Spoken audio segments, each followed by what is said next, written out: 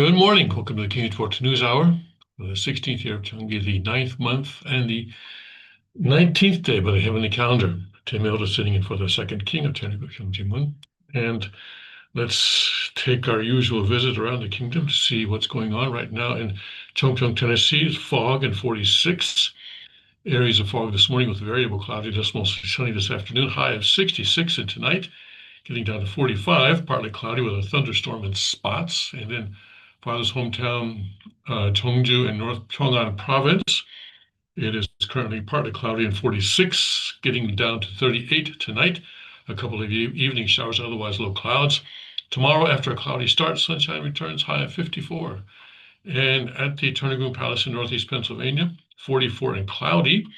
Nice with a blend of sun and clouds. Best day of the weekend, high of 60 degrees there in Northeast Pennsylvania. Tonight, cloudy this evening, then partly cloudy late, low of 40.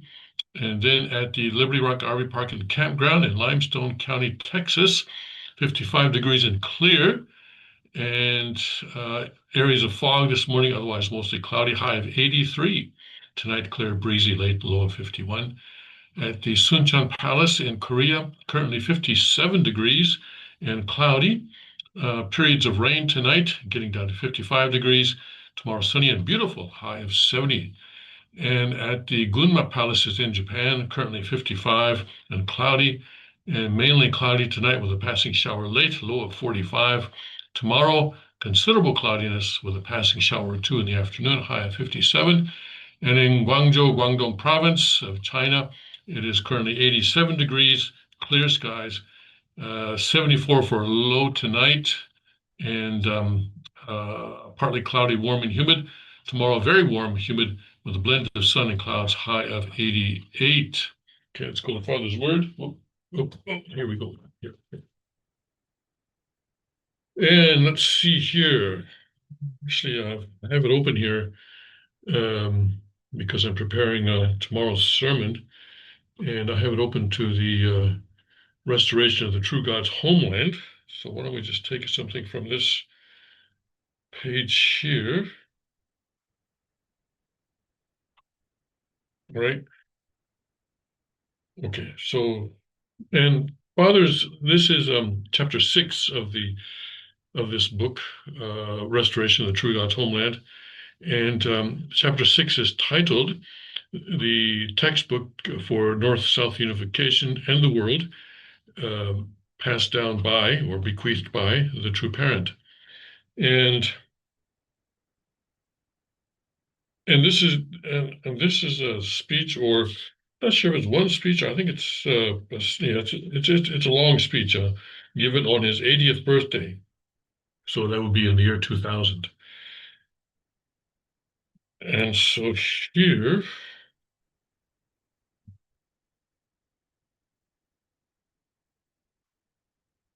okay, this paragraph here. So, where would you like to live?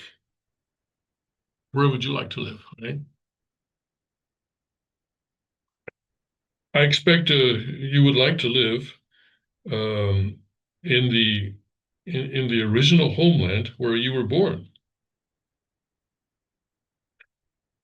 그런데 본연의 고향은 넓은 의미에서 볼 때, but when we look at our original homeland from a wider perspective, right? In a wide perspective, 천주 가운데에서도 지구성이고, then it is the planet Earth within the cosmos. It is the whole planet Earth is our original homeland. 조국은 조상 대신 우리들의 하나님이 계신 것입니다. And our 조국 is our fatherland or fatherland or native country is the place where God exists because He is our ancestor. So wherever God exists, that is our native country. 이 지구성에서 타락하지 않은 본연의 부모, 형제, 아들, 딸이 함께 산다면 그것이 곧 우리의 고향입니다. So if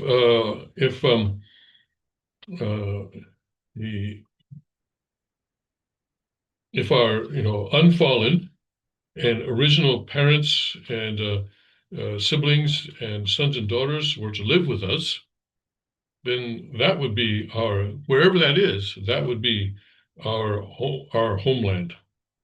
그곳에는 흑인, 황인, 그리고 백인이 함께 어울려 살고 있습니다. So in that place, black people, yellow people, and white people would all be living together, getting along well with each other, living there together, getting along well. Okay. And let's do the next, that's one paragraph. And let's do one more sentence or two more sentences. 이 모든 인종이 누구의 아들, 딸입니다. So who are all these races, these sons and daughters of? 부모는 한 분이십니다. There is only one parent. There's only one parent for all these different races. Oops, I should not have closed that. I'll find it again, I'm sure. Okay, praise God. Okay, praise God. All right. So that is our lesson for today. Yes, praise God for the lesson that He has given us this morning. Okay. All right, let's see what's going on today. And let's see, I wanted to start with this one. Yeah, okay.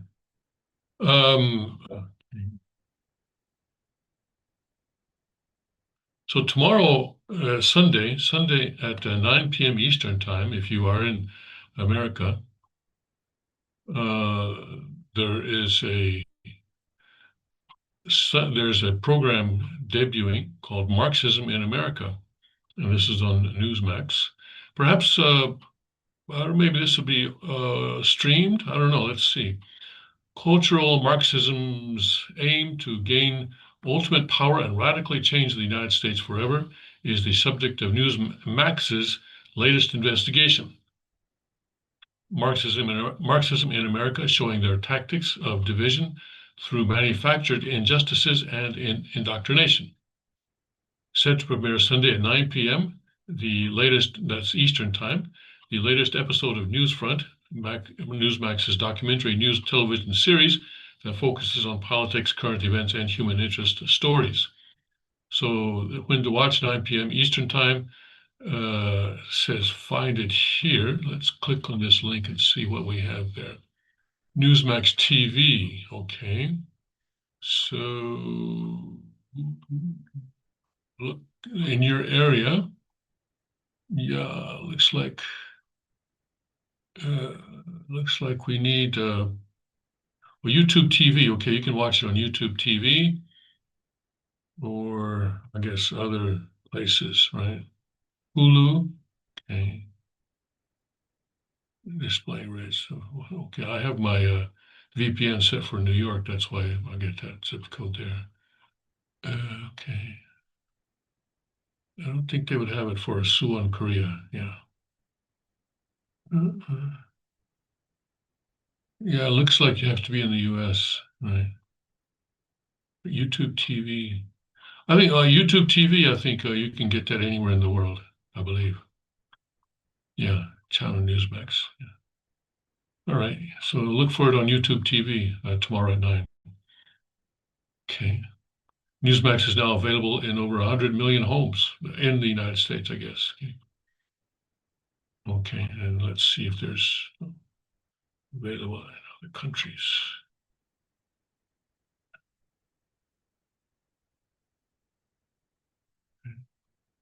I don't see it here.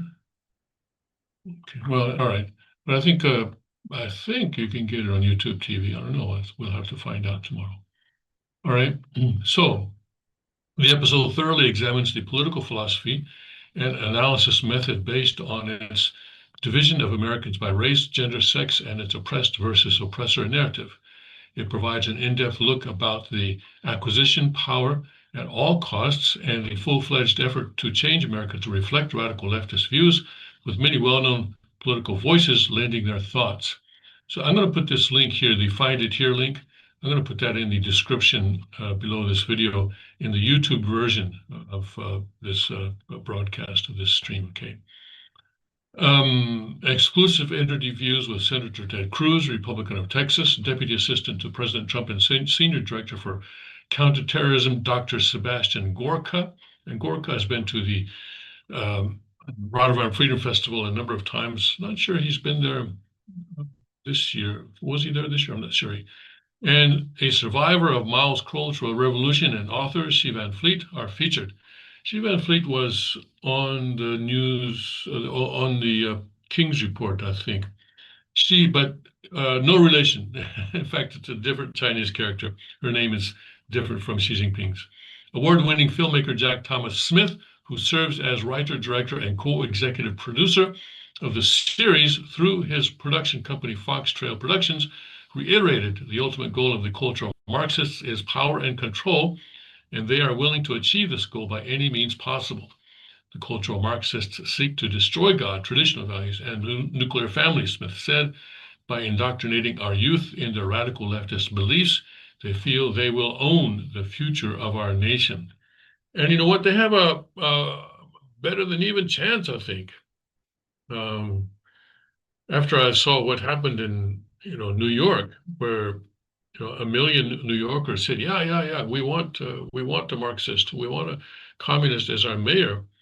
You really got to think, So is that going to be kind of an inoculation, right? Is that going to be an inoculation against the socialism? Inoculation, I think, is when they give you a little bit of the disease so that your immune system cranks up and it destroys it, and then when the actual disease comes, you're able to fight it off with your immune system. So will it be an inoculation or will it be a cancer? I think the next year or two, between now or three, let's see, between now and the next presidential election is really going to determine America's future. Because if people around the country start looking at New York and say, hey, you know what, they had a good idea in putting a Marxist in as their mayor, then I think America is pretty much done for, right? Pretty much done for. Yeah. And these people, the Marxists, the cultural Marxists, they will in fact own the future of America. And if that happens, then yeah, well, I don't know what. Dig caves and creep into the I don't know what, if the Marxists take hold of America. Well, no matter what happens, we have to keep fighting, that's for sure. We have to keep fighting. And remember, the Christians in the early church, they fought for 3 centuries, more than 3 centuries, and they finally won after a great deal of sacrifice. And we have not faced the kind of sacrifices that they faced. I mean, how many of us have been fed to lions, right? So yeah, our sacrifice is still far, far below what they experienced there in the first 300 years. They have created this oppressed versus oppressor narrative as a way to divide and conquer, he added, noting that not only have the cultural Marxists already taken control of the major institutions in America and indoctrinated our youth, but that they believe the oppressed are justified in violence and atrocities they commit. But remember that the difference between now and the first 300 years of Christianity is that true father and true mother are one at the cosmic perfection level in the spirit world. And they are very active in the spirit world. They're not just around, sitting around, strumming their harps, but they're actually fighting. They're fighting against Satan in the spirit world, and they are working to unite the religions, and they are working to bring people together on this earth. And so I think no matter how bleak things may appear in places like New York, in other places, California, Oregon, et cetera, I think we can always have hope. And also UK, include UK as well. We can always have hope, not just hope, but certainty. Let's not say hope, let's say certainty. We can have certainty that God is going to win. Others offering additional perspectives include author Catherine Gorka, Heritage Foundation Senior Fellow, and writer Mike Gonzalez, Moms for America, California State Director Barbara George, and parents Dan and Jennifer Mead. Okay. And the Meads tell their story about their daughter being transitioned by her school without their knowledge, while parents Aaron and Sherry Sparks emotionally relay how their son was killed by a violent criminal out on bail. The latter story is an example of criminals being valued over victims. We see the politicization and weaponization of institutions, Cruz said, Inherent in the view of cultural Marxism, the victim is justified in violence and horror and atrocities because overturning the oppression in the system is the ultimate goal of the cultural Marxist. And this has been true. Some of you, are old enough to remember the 1970s or perhaps even the 1960s, when, what was it? The man, right? The man. That was the expression used to describe the established system, and everybody was fighting against the man, right? And you weren't supposed to trust anybody over 30. Remember that? So that's what they've been doing for the last, 50, 60 years. But now they're increasingly in these institutions. You have for goodness sakes, you have a Marxist Muslim about to be inaugurated as mayor of New York. He's going to be inaugurated on January 1st. That is incredible. Just, what is it? Less than 25 years after 9/11, a Marxist Muslim being inaugurated as mayor of New York. I keep saying it because I don't believe, still I can't wrap my mind around it. It's just incredible. But that's what's happening right now. Anyway, so Marxism in America, debuting Sunday at 9 p.m. And if you're watching this on YouTube, I think you can I'll make sure you find the link in the description below. It says find it here, and I will copy that link into the description. Okay. All right, so let me make sure I keep that over there. And let's do some other stuff. I have a number of stories that are not necessarily related to each other. So there's no segueing today, all right? Okay, we're just doing stories that a few stories that I find. China, always want to do China. China becomes world's largest money launderer. Here's how the U.S. is fighting back. You know what? I haven't mentioned this in a while. PayPal, right? PayPal deplatformed me. And I think it's because I don't know, they didn't say. I've showed you the email, I think, before on the King's Report, and they didn't say. They just said something about violation of community standards or something like that. But they suspended my account. I'm not able to receive money. I'm not able to send money. And okay, what else do you do with PayPal, right? But now China became the world's largest money launderer. Oh my, I have competition, I guess. Joking. Don't say that. Chinese money laundering organizations provide cheap, fast, and almost guaranteed services to cartels. DEA agent Brian Cook told the Epoch Times. So, I didn't do anything like that. Yeah, but China's doing it, and nobody seems to care. Agent Brian Clark still remembers a breakthrough case a decade ago. His team at the Drug Enforcement Administration arrested a Chinese money launderer at a U.S. airport where the individual had a layover. The person had coordinated money pickups and drop-offs for the Sinaloa cartel in Mexico. Mexico law enforcement identified him while he had lunch with a cartel leader in the country. Two of them discussed a then recent DEA seizure of cash in New York. The Chinese money launderer later cooperated with law enforcement and provided extensive information about how the laundering operation worked. Between 2015 and 2016, Chinese money laundering networks began emerging, according to Clark, special agent in charge of the DEA's Los Angeles Field Division. He said that by 2019, the Chinese had dominated the laundering marketplace. Wow. Yeah. Now, the Chinese money laundering organizations are one of the key actors laundering money professionally in the United States and around the globe, according to the latest National Money Laundering Risk Assessment Report by the Department of Treasury. Chinese money laundering organizations provide cheap, fast, and almost guaranteed services to cartels, Clark told the Epoch Times, resulting in cartels having more money to cause more harm with drug trafficking. So the thing is that what's happening is that the cartels send drugs into America And there are people in America sell those to the people who are, generating the demand. All right. So there's a demand on this. All right? It's not just the supply. So there's a demand here. And so they supply the drugs to people who, want them. In other words, the demand side, and those people pay money.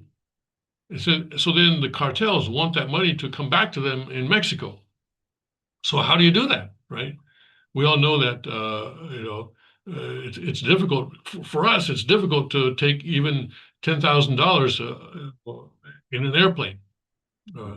They have dogs that are sniffing for cash. They have dogs trained to sniff for cash that is buried deep inside our luggage because their noses are so sensitive. And then if they find any amount of cash, then they confiscate it. And then it's up to us to go to court and prove that this money is actually legitimate stuff, legitimate cash. Oh yeah, I was going to go to LA to buy a car or something like that, whatever it is. And it's not even $10,000, even a few $1,000s. The TSA or the people at the airport will often confiscate. And it's up to us to go to court and prove that this is innocent money. But these cartels, they do it all the time. They get their money back from America all the time. So how does that happen? Well, Chinese money laundering businesses are doing it for them, or helping them, or doing it for a fee. They're doing it. Yeah. Drug overdoses, especially opioids, have claimed the lives of more than 100,000 Americans every year in recent years, with the exception of a decline last year, according to the DEA. Experts say Chinese money laundering is a global operation supported by the Chinese Communist Party and poses a grave danger to the United States. Okay, and the CCP allows money laundering because it is so lucrative and helps China to expand the global illegal economy that drives their commercial and mercantilist expansion, according to this guy here. Reports from think tanks and intergovernmental organizations link the CCP's global investments to increased illicit trade and corruption. And one question, so what are they using? Are they using Bitcoin for this? Or how are they doing it? I suspect that they are using cash rather than any kind of, or for the most part. Let's see here if it tells us. Let's see, what do they use? How do they use? Okay.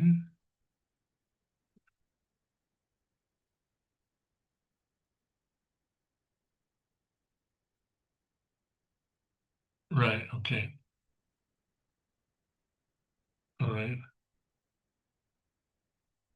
Right. I see. So this is how they do it. Okay. Here, okay. All right. Chinese brokers can afford to charge below market commissions to drug cartels because they generate profits from additional customers in the laundering cycle. A key group is wealthy Chinese individuals who live in China.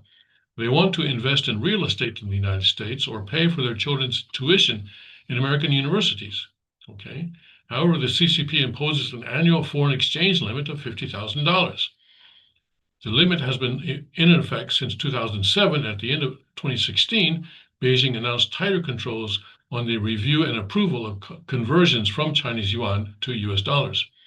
The timing coincided with the rise of Chinese money laundering networks, Clark said, adding that the underground Chinese banking systems flourished simultaneously.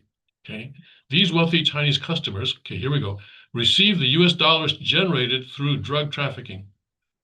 The money doesn't have to leave the United States because the wealthy Chinese pay the same value in yuan to the cartel-affiliated laundering network in China. They are called mirror transactions or swaps. I see. The wealthy Chinese individuals are willing to pay commissions of 3% or higher for the service, according to Clark. I see. So you get it, right? And so they get the money from the drug sales in America. And then who do they give it to? The wealthy receive the US dollars generated through drug trafficking, okay? And then they doesn't have to leave the United States because wealthy Chinese pay the same value in yuan to the say, cool, okay, okay. So, yeah. And then he added that wealthy Chinese people's need for US dollars completely changed the money laundering landscape because the illicit drug trafficking proceeds never need to leave the US. And the swaps made it harder to detect the link between the money and the underlying crimes.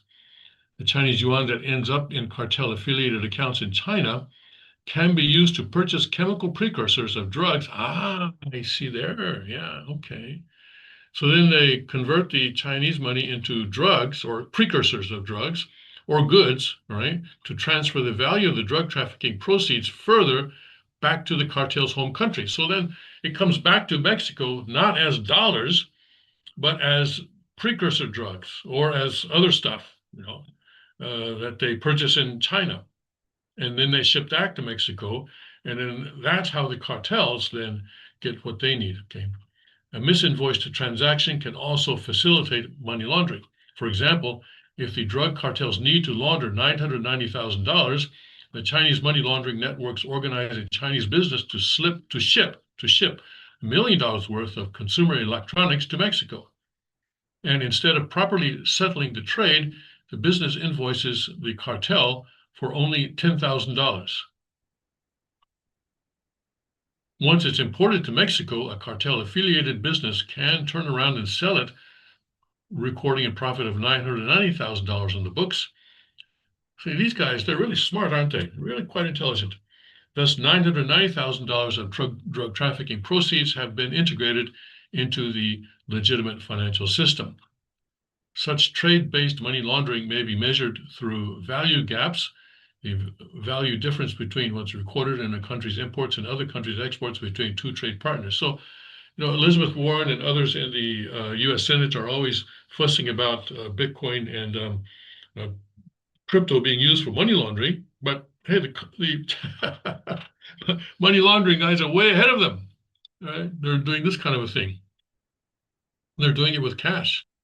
And this is how Chinese parents pay for their kids' tuition in Harvard, or this is how Chinese purchasers of land near U.S. bases are paying for that land.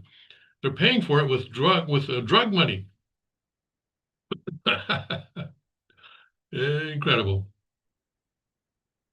Global Financial Integrity found that the value gap between 134 developing countries and 36 advanced countries was 835 billion in 2018. China's value gap accounted for 37% of the total, nearly 5 times that of Poland, the country holding the second place. Much of the drug proceeds in the United States don't have to leave the country due to the mirror transactions that Chinese money launderers use. For the rest, it's easy to hide within the international trade system between China, Mexico, and the United States, which totaled nearly $1 trillion last year, according to the U.S. Census Bureau.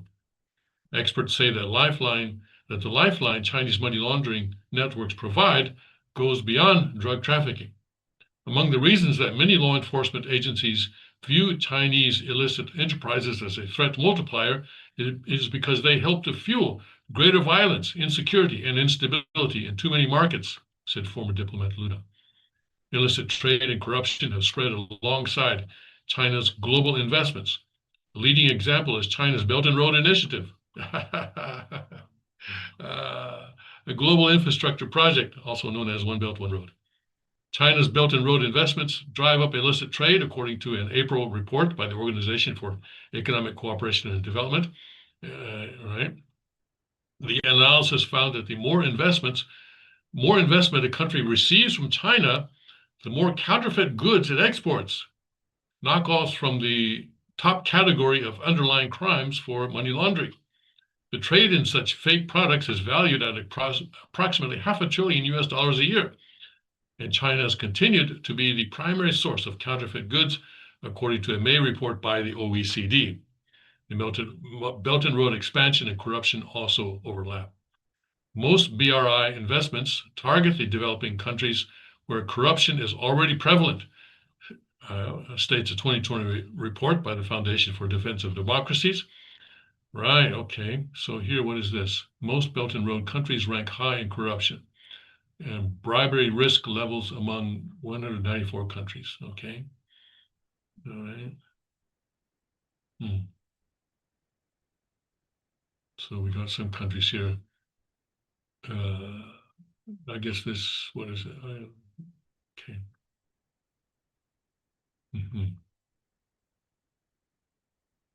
The majority of the 150 Belt and Road recipient countries are ranked as highly corrupt in the 2024 Bribery Risk Matrix, an annual index released by nonprofit business association Trace. Of course, it is doubtful that Beijing or many of its partners truly want a BRI free of corruption. The Foundation for Defense of Democracy's report reads, given its track record, the CCP clearly considers transparency and accountability to be unacceptable risks from a political point of view.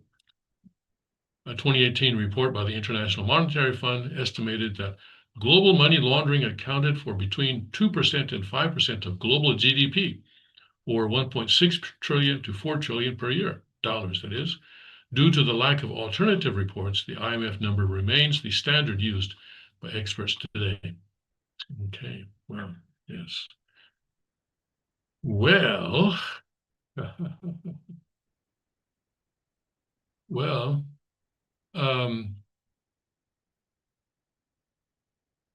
wouldn't it be nice if we had a financial system where transactions could be recorded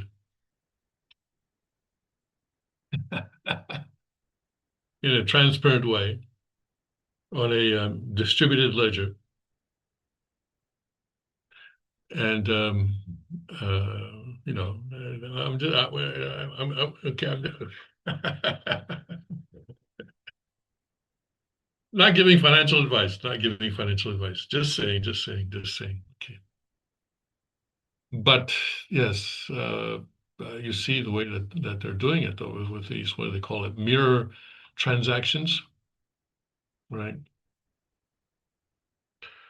And I think a lot of people do those mirror transactions. You know, for example, within the family, if you have family living in different countries, then you may say, okay, you know, we'll buy this for you here.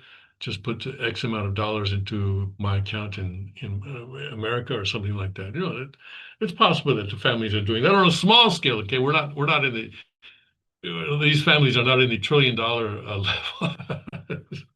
But yes, it's interesting that these people have figured out how to do this, and it doesn't look like they're using Bitcoin or cryptocurrencies very much at all. All right, okay.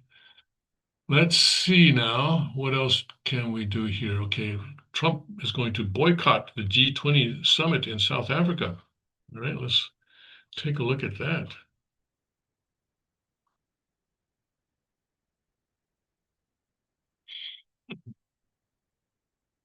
U.S. to boycott G20 in South Africa. Now, previously, Trump was said he wasn't going to go, but I think the news today is that nobody from the U.S. is going to go. Said Friday that no U.S. government officials will be attending the Group of 20 summit this year in South Africa, citing the country's treatment of white farmers. Trump had announced that he would not attend the annual summit for heads of state from the global's leading and emerging economies. Vice President J.D. Vance had been scheduled to attend in Trump's place, but a person familiar with Vance's plans who was granted anonymity to talk about his schedule said Vance would no longer travel there for the summit. It's a total disgrace that the G20 will be held in South Africa, Trump wrote on Truth Social.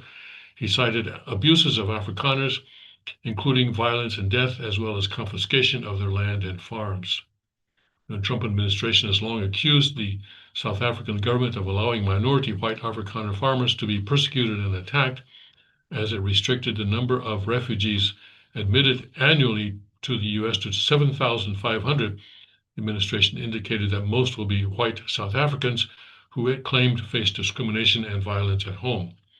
But the government of South Africa has said it is surprised by the accusations of discrimination because white people in the country generally have a much higher standard of living than its black residents, more than 3 decades after the end of the apartheid system of white minority rule. The country's president, Cyril Ramaphosa, has said he's told Trump that information about the alleged discrimination and persecution of Afrikaners is completely false. Nonetheless, the administration has kept up its criticism of the South African government. Earlier this week, during an economic speech in Miami, Trump said South Africa should be thrown out of the Group of 20. Earlier this year, Secretary of State Marco Rubio boycotted a G20 meeting for foreign ministers because its agenda focused on diversity, inclusion, and climate change efforts. And that's a story by the Associated Press, which of course has become a very, very leftist, not just very, but very, very leftist organization. So they're defending South Africa. Yeah, but I think, the president is speaking about white South Africans in general, including those who are running businesses and so forth, or who live in cities, whereas President Trump is talking about farmers. And there have been quite a few reports of land confiscation or simply people going onto the white farms and simply taking over the farms and sometimes killing the farmers. So there have been reports quite a bit about that. Okay. All right. So he's going to do that. Okay. But what about Nigeria? I don't think Nigeria is a member of the G20, but there are many countries where there's this kind of thing going on. And anyway, so President Trump right now is focused on South Africa. Okay. All right.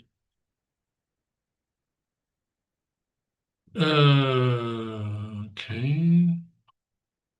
Bill Maher, Newsom's too far left for me. Okay.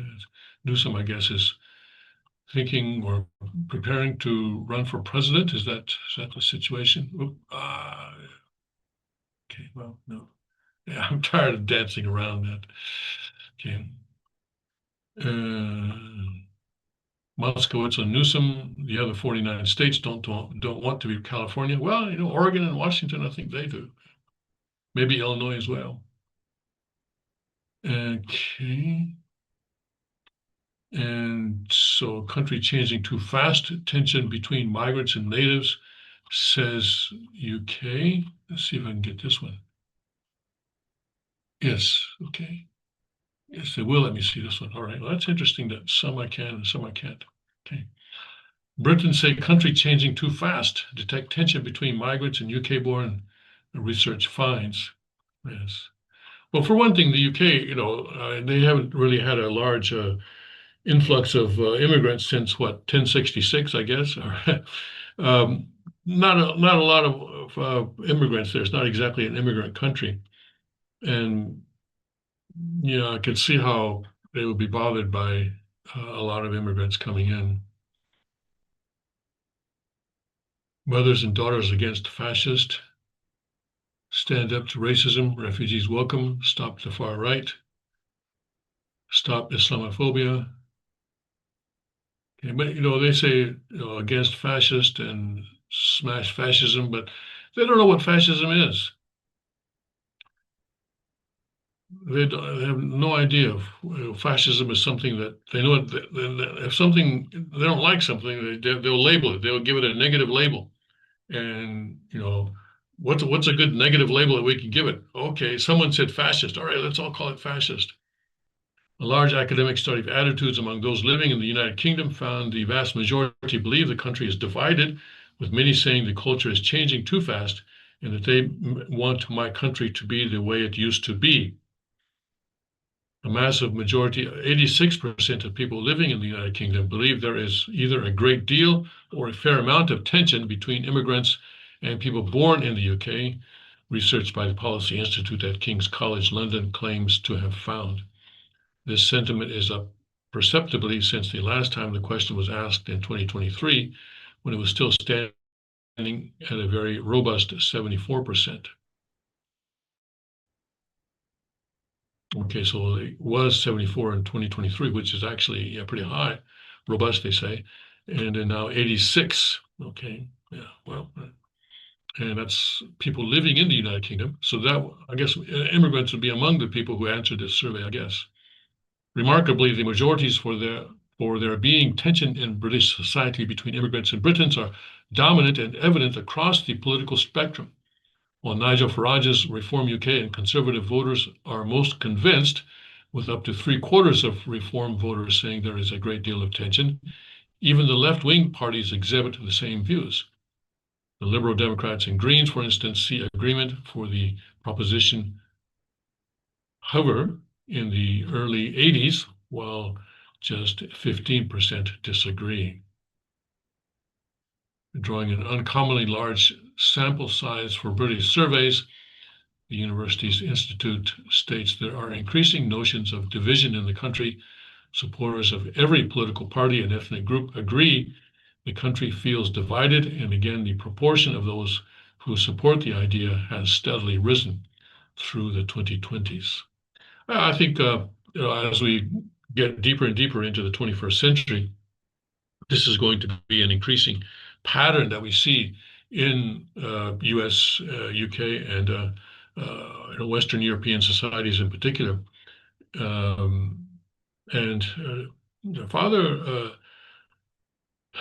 sort of prophesied about this kind of thing, where he said that there will be a time when there'll be a great movement of people, that whole ethnic groups of people will be moving from one area to another. And that's exactly what's happening. And of course, it has to do with the difference in income level is one reason, and the difference in sort of governance too is another reason.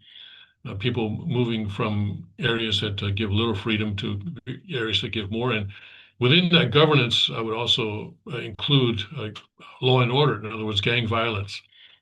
A lot of people coming from Central and Central America to the United States come, they say, because of gang violence in their home countries. And since going back to the 70s, perhaps 60s, the U.S. has said, okay, well, we're going to solve this problem by investing more in these countries. And there has been a lot of investment in Mexico, and a lot of investment in the countries south of Mexico, but it really hasn't stopped it very, very much. I think the immigration from Mexico itself has come down quite a bit, but the immigration from countries south to the south of Mexico has not. In fact, it may have even increased. Well, of course, not since President Trump has come into office. It has gone down a lot after President Trump came into office. But once he leaves, depending on who the next president is, it could skyrocket again. And we don't really know what's going to happen in 2028 right now. We cannot be confident that a Republican candidate will win the next presidential election. Last year, when President Trump won, it seemed, like the Democratic Party was finished, over and done with. Republicans felt that way, and frankly, a lot of Democrats felt that way as well. But that's never the way it works in politics. Always, always like a horror movie. My wife is a fan of horror movies, and she was telling me that one important characteristic of American horror movies is that the bad guy, the ogre or whatever it is, the boogeyman, always survives at the end of the movie. And of course, yes, because they want to make a franchise out of it. But then in politics as well, the bad guy always survives. So it may seem that he's been killed with with the silver stake or whatever, but no, pretty soon, he's up again. He's coming out of the ground again, and that's what's happening to the Democrats right now. Their victory in New York and in Virginia and New Jersey, but especially New York, has given them new energy, and we'll see how far they carry this new energy. And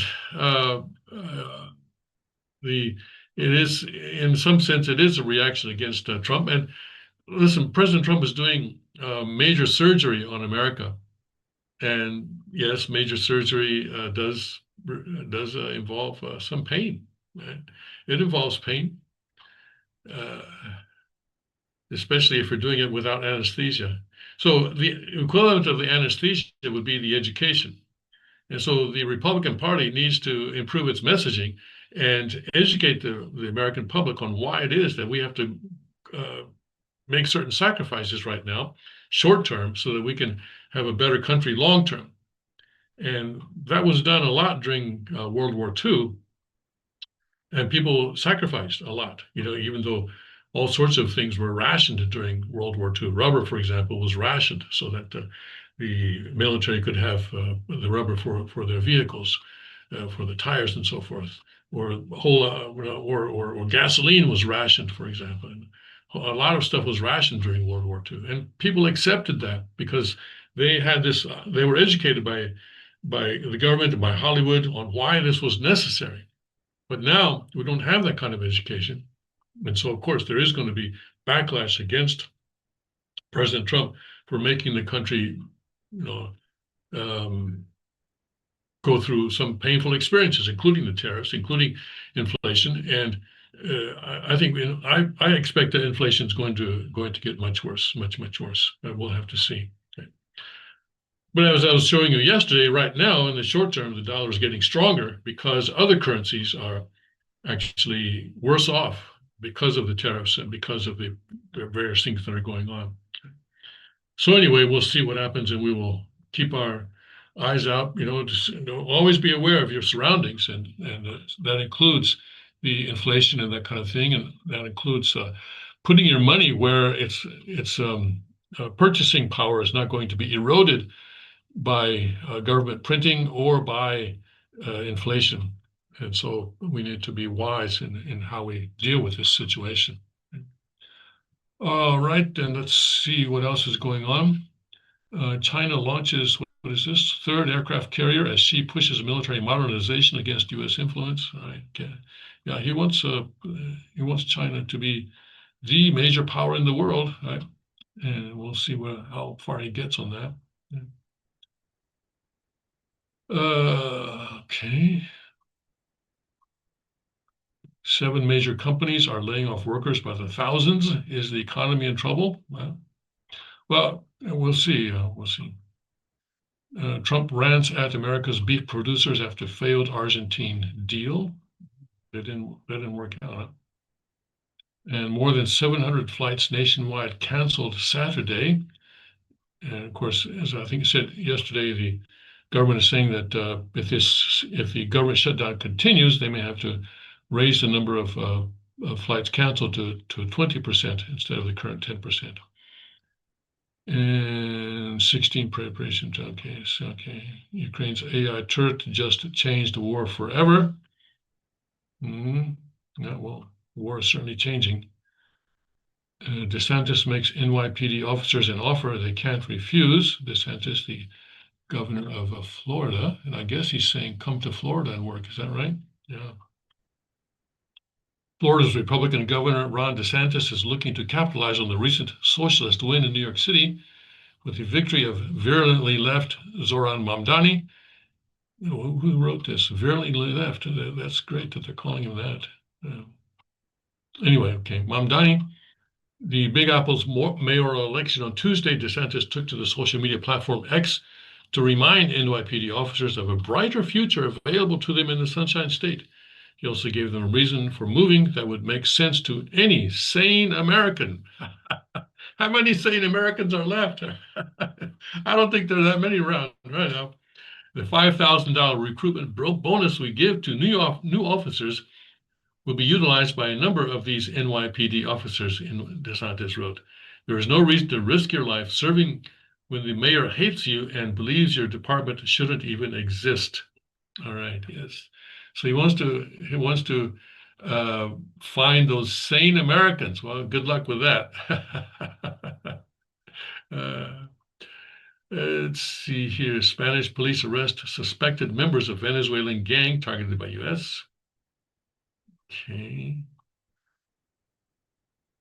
Wendy's to close hundreds of U.S. locations. You see that? After major sales drop, CEO confirms. That's too bad. Wendy's is actually a pretty able type establishment. My wife and I have eaten there a few times, and we noticed that they take some of their money and donate it to adoption agencies, is it, or something like that?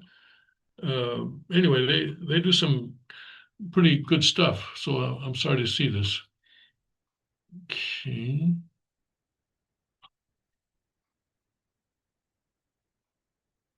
Trump expands military strikes on civilians. Yeah, they're trying to put him in the worst light possible. You know, Obama also killed an American citizen overseas. That was an American citizen. These are not. I guess this refers to the strikes on the drug boats, but these are not American citizens that he's targeting. But Obama actually targeted an American citizen who was living in Yemen at the time. Right. Okay.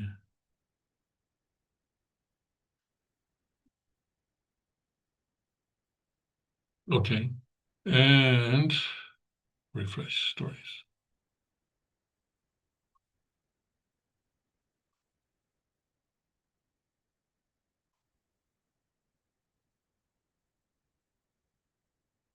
U.S. singer unknowingly married a Malaysian sultan. Do your own research, I guess.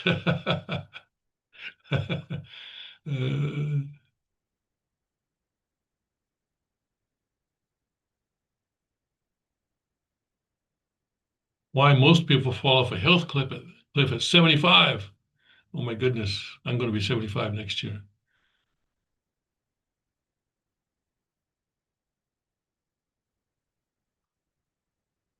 Military officials tell troops 168 commissaries could close next month. Well, that would be bad news. Okay. Stablecoins may become a multi-trillion-dollar elephant in the room for central banks. This is a very interesting situation, right? I don't know if we could be able to show this. Yeah, but this is a very interesting situation. The whole sort of stablecoin thing. Um, so I guess Trump sees stablecoins as a way of preserving or increasing the dollar's dominance, because stablecoins will allow people who otherwise have difficulty accessing dollars can go, to a crypto exchange and buy, for example, the Tether stablecoin, for example, or other stablecoins. There are a bunch of them now, and now what is it? Everybody's creating their stablecoin, right? Korea recently, have they started it yet?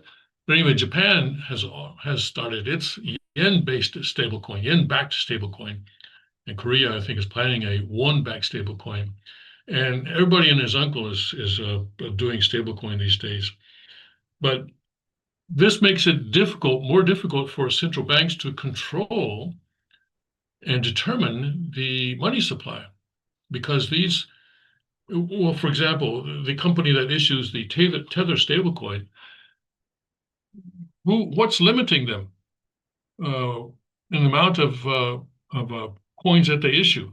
Well, what's limiting them is the amount of investment or the amount of money that they receive, the number of dollars that they receive from their customers. So the way a stablecoin works is I can go and I can give the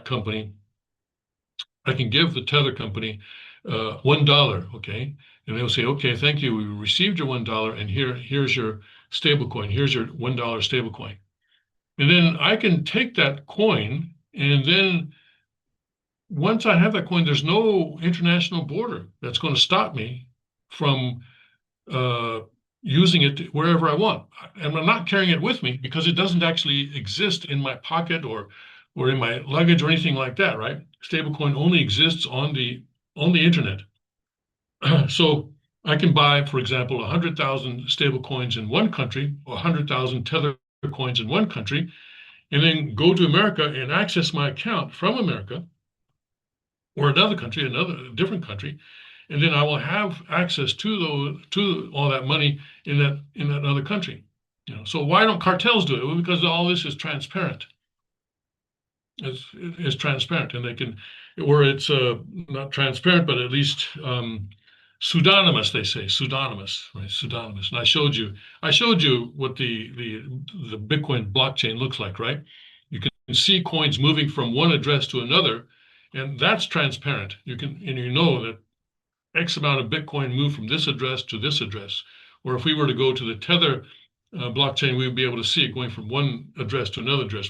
But it's not easily discernible who is actually behind each of those addresses. But there are companies that provide that information because they study. They look at see what's going on, and they like this, and they see, oh, okay, well, this must be Tim Elder's address, and this must be John's address, and this kind of thing. They can tell.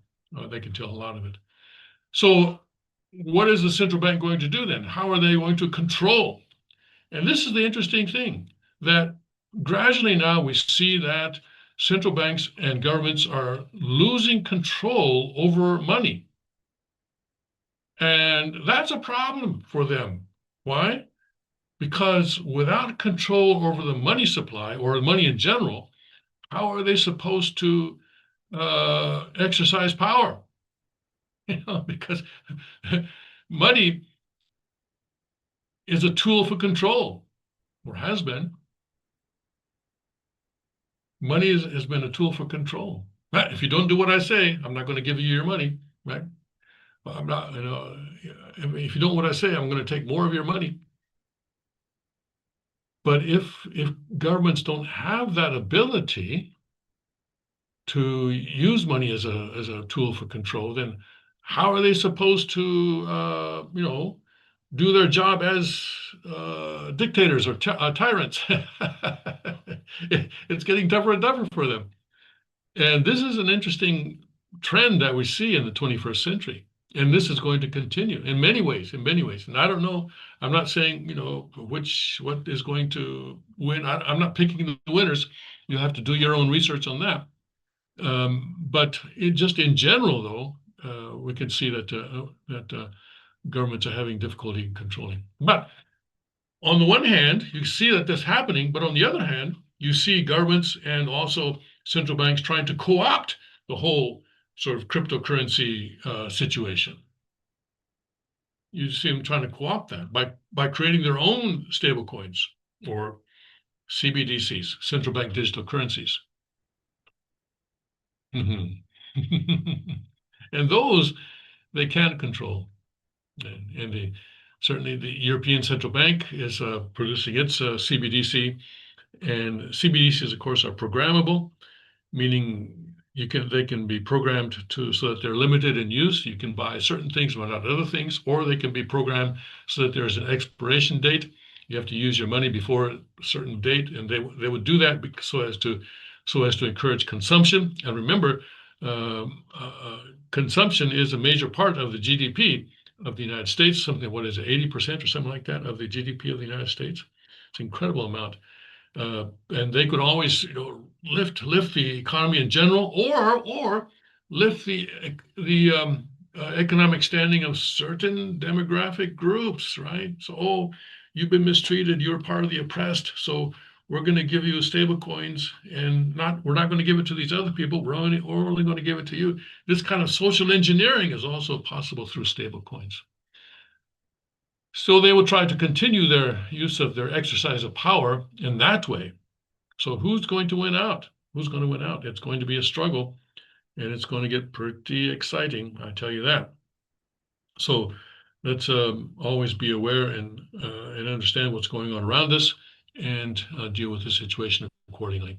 So if you're not aware, then you could just be victimized by this whole thing and get caught up in it. Okay. All right, I think that's pretty much where we are today.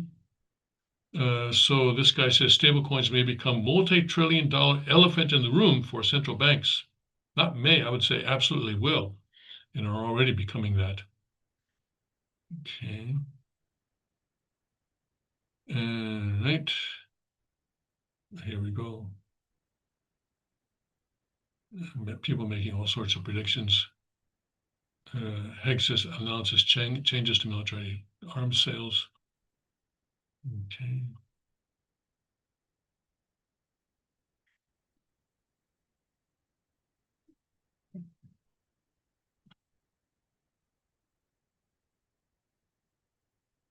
All right. I think that's about it for today. And so I will see you next week on Monday. Yes, that's the 10th. Yes, I'll still be here. Okay. I'll see you one more week, and then after that, I'll be traveling to Chungpyeong. But next week, I'll still be here. Okay. All right. And Thanksgiving this year may become very exciting, and not in a good way, not in a good way, because of the whole shutdown thing. And we'll see what happens. Yeah, but no, let's just go with the flow and always maintain our integrity and our commitment to True Father, and then we'll get through this, I'm sure. All right. God bless. Godspeed. May His kingdom come quickly.